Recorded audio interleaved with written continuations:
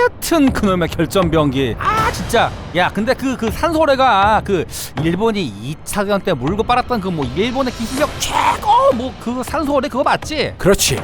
그러니까 2차 대전 당시 일본 제국군이 제로센과 함께 자랑했던 무기체계였지. 연합군도 두려워한 무기라고 일본이 자랑을 하곤 했지. 그러니까 몽고메리 원수도 여기에 한몫 껴들었는데 전쟁 후에 쓴 전쟁의 역사란 책에 이 산소호레 이야기를 언급했어. 뭐 위력적인 무기라고. 육군 출신이 일본어를 칭찬하는 게 이색적이라 기억에 남더라고. 이것 때문에 일본이 또 흥분해가지고 산소호레는 세계 최고 뭐 이렇게 외쳤지. 실제로 위력적이었지 않나? 당시 연합군들도 일본 구축함과 교전을 할 때는 일본 구축함이 어뢰를 발사할 틈을 주지 말라 뭐 이런 식으로 경고를 했었잖아. 옆구리 보이는 순간 바로 산소호레 날아온다고 말이야. 항적이 보이지 않는 은밀성과 이 엄청난 항속력 때문에 연합군 해군들에게는 정말 그 충격과 공포 그 자체였지. 그건 쏠 수 있을 때 이야기지. 아니 그래도 뭐 인정할 건 인정해야 되는 거 아니겠어? 남들이 생각 못한 산소호레를 뭐 일본이 만들어낸 것도 사실이고. 뭔 소리여? 영국이 먼저 개발했구만. 에? 그 일본 그 오리지널 기술 아니었어?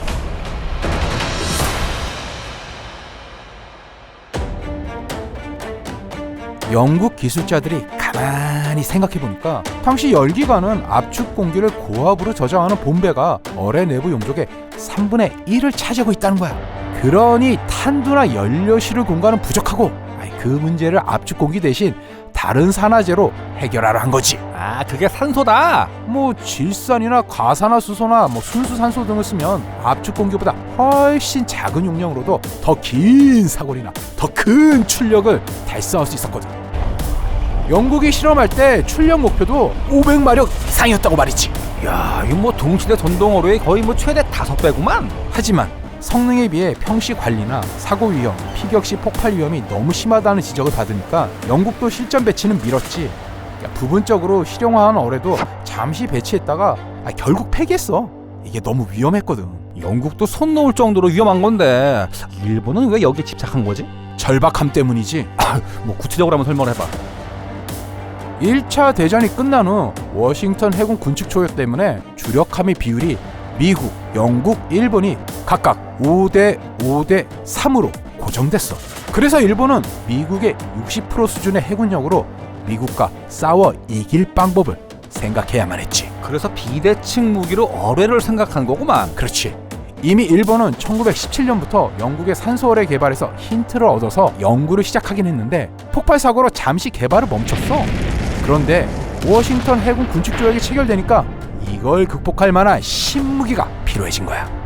그래서 잠시 중단했던 산소어뢰 개발에 또다시 시간과 돈을 쏟아부어서 마침내 1933년 쓸만한 어뢰 하나를 만들어내. 40노트 중반대의 속도에 20km대의 사거리를 자랑하는 일본 최초의 산소어뢰 93식 어뢰의 등장이지. 이 당시 일본이 산소어뢰에 대한 기대감은 엄청났어. 그 기대를 단적으로 보여준 게 정감 요격작전이랑 중내장 순양함이란 듣도 보도 못한 함정이지. 중내장 순양함? 뭐 장내삼이요 이게? 이름이 이렇게 어려워.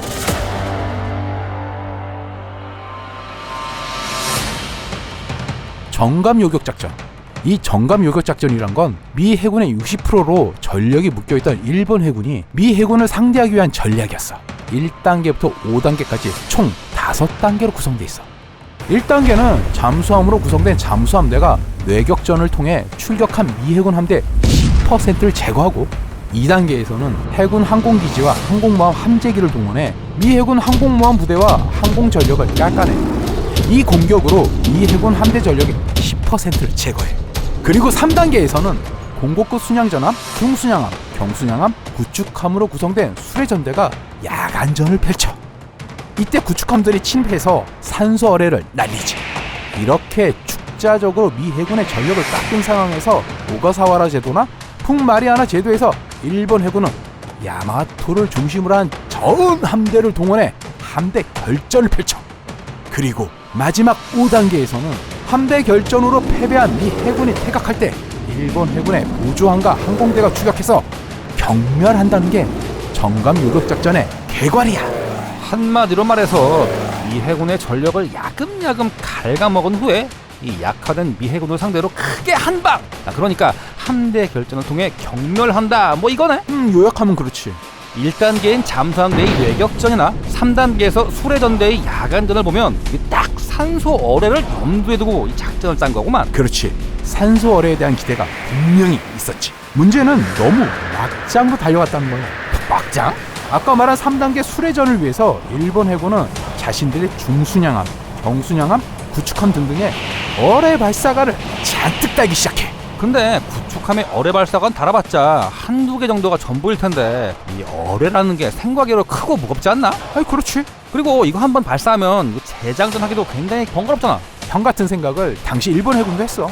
구축함 같은데 사연장 어뢰 발사관 달아봤자 한두 개거든.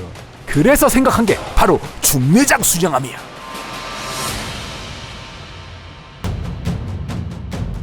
쿠마급 경순양함의 3번함, 4번함의 키타카미와 5호기에 4연장 산소어뢰 발사관 10개를 장착한 거야. 이걸 중내장 순양함이라 불렀어.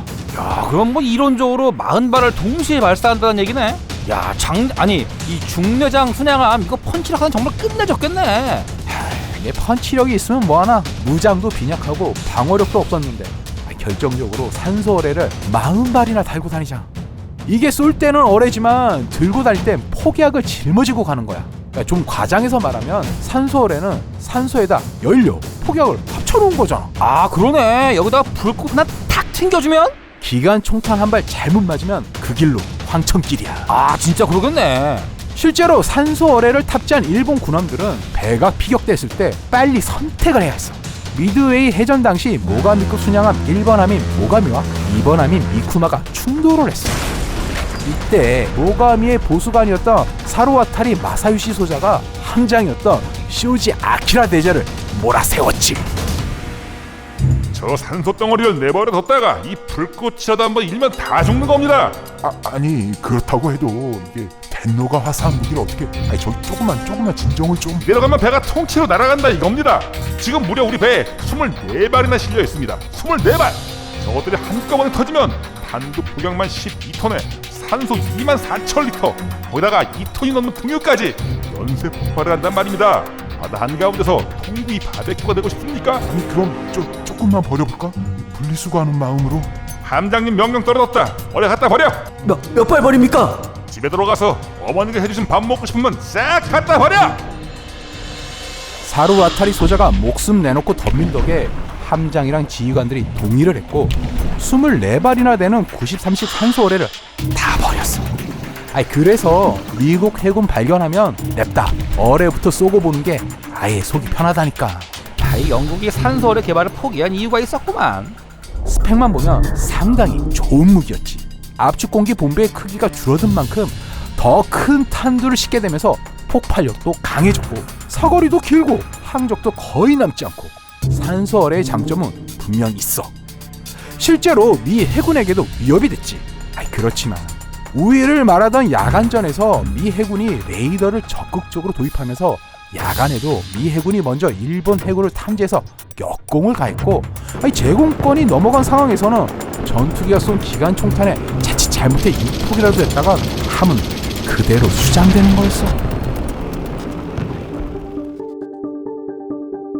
결국 전쟁 말기에 일본의 산소어뢰는 자폭병기인 가이텐으로 개조되고 중내장 순양함 키타카미는 이 가이텐을 싣는 가이텐 모함으로 사용했어. 아이고야, 이 나름 일본의 신기술이라고 생각했는데 결국 자폭병기로 개조됐구만.